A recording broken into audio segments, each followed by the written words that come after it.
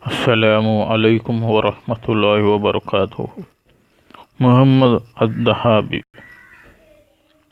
edited by Adil Falahi.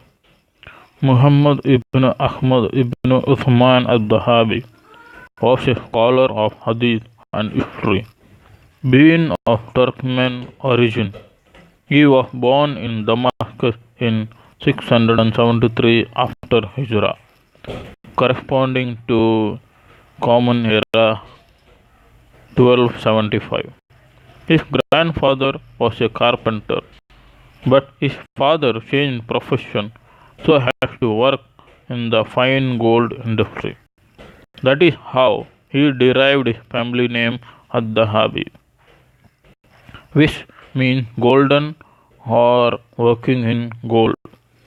The father excelled in his new profession, but also pursued his studies until he attained a distinguished position among scholars. Muhammad ibn Athahabi grew up in a family which appreciated scholarship and encouraged its members to give it their full attention. He noticed that his father spent much of his evening pursuing the study of hadith and other disciplines, and also both his maternal uncle and paternal aunt were scholars of hadith. In such a family which loved scholarship and pursued it with diligence, it was natural that the bright boy Muhammad al-Dahabi should be inclined to the pursuit of learning, and this was indeed what he did throughout his life.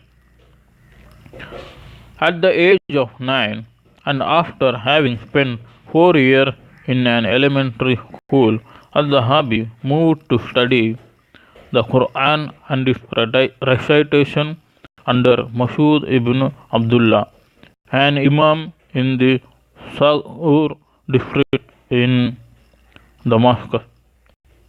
This teacher was very kind to children learning the Quran and never resorted to corporal punishment.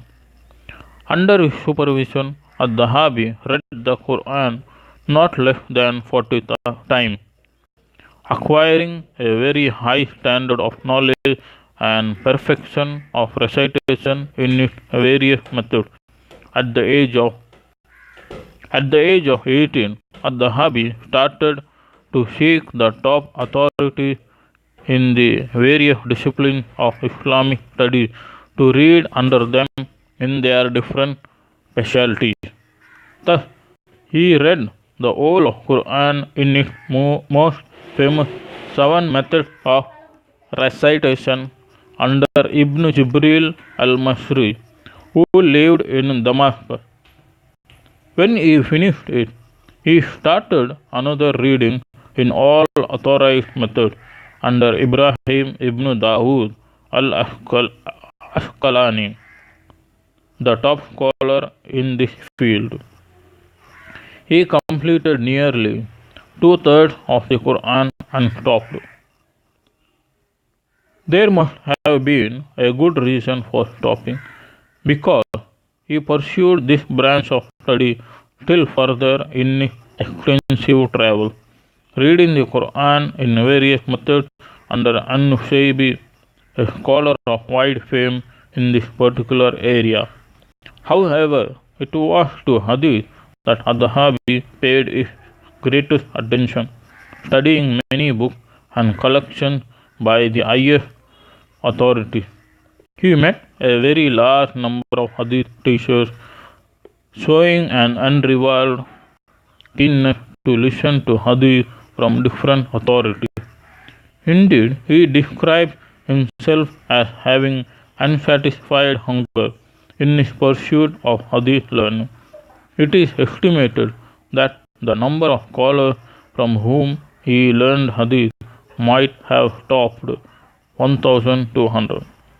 His pursuit of Hadith took him on extensive travel in the area of Syria, Palestine, and Egypt.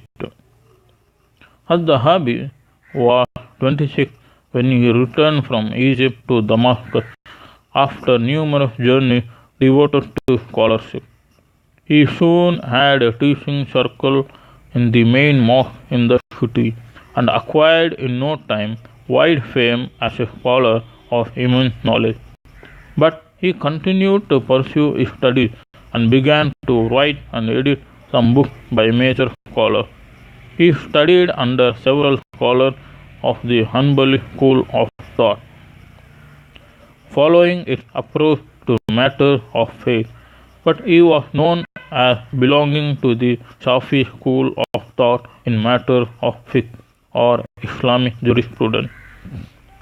During his lifetime, he succeeded in teaching in many famous schools such as succeeding Imam Ibn Taymiyyah as the head of the Sharia school, and then he joined teaching at Darul Hadith and still later at An-Nafisiyya school. Al-Dhahabi's approach to learning shows his profound faith and devotion to teaching and learning. He comes out clearly as an advocate of the principle that makes teaching and imparting knowledge a duty of the scholar. To conceal knowledge is to him a cardinal sin. He bases his argument on Quranic verses such as Surah number 2, ayat number 159 and Surah number 3 and ayat number 187, as well as several hadiths which threaten with great suffering anyone who willfully conceals knowledge. He also makes it clear that a scholar must have a clearly honest intention, making sure that by his pursuit of knowledge he aims at nothing more than pleasing God and spreading knowledge. He must never pursue knowledge in order to gain any worldly advantage, whether financial or other privileges. It is sufficient for a scholar to please God through learning and teaching. He frequently mentions the hadith which speaks of a scholar who is held to account on the day of judgment, and when he claims before God that he will learn in order to spread knowledge of God, he is told that he is lying and is thrown in hell. His intention is recounted to him, and his learning is shown to have been nothing other than gaining high reputation. Furthermore, a scholar is expected to implement his learning in practical life.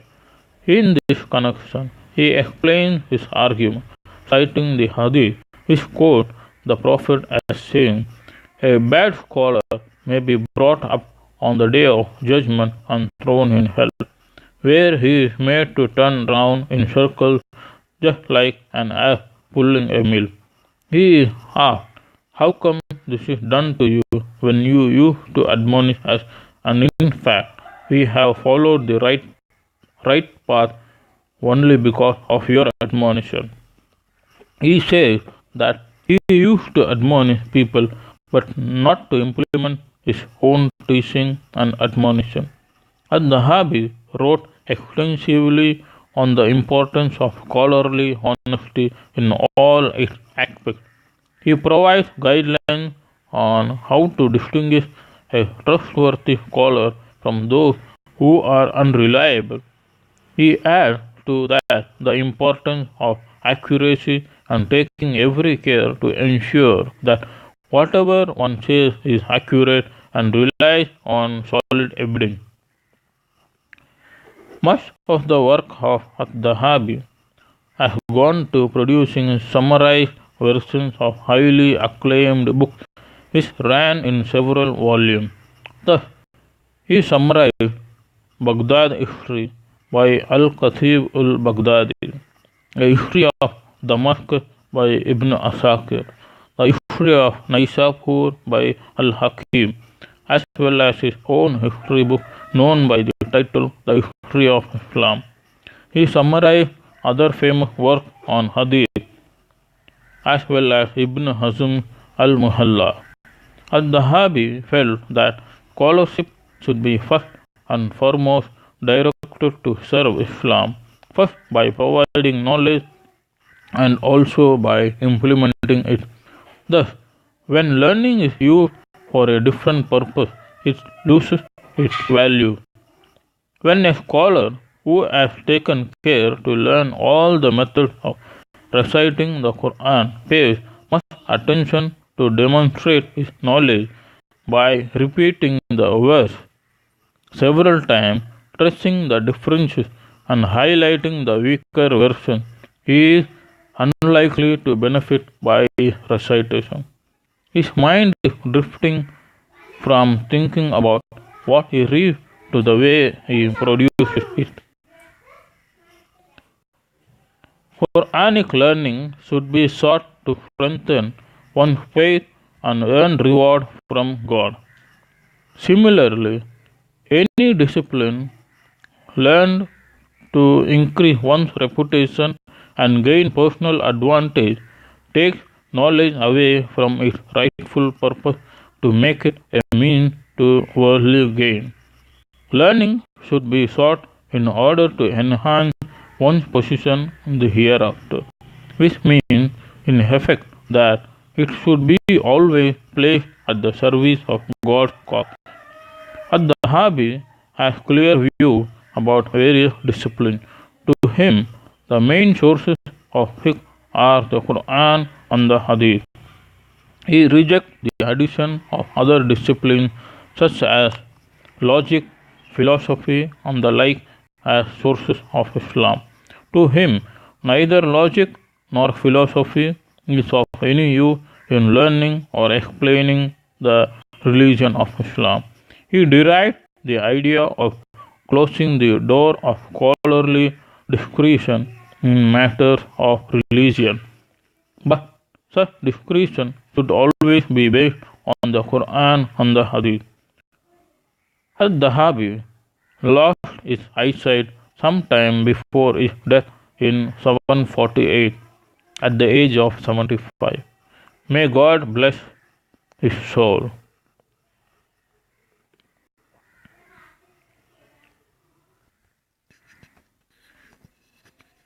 Chapter number 2, ayat number 159.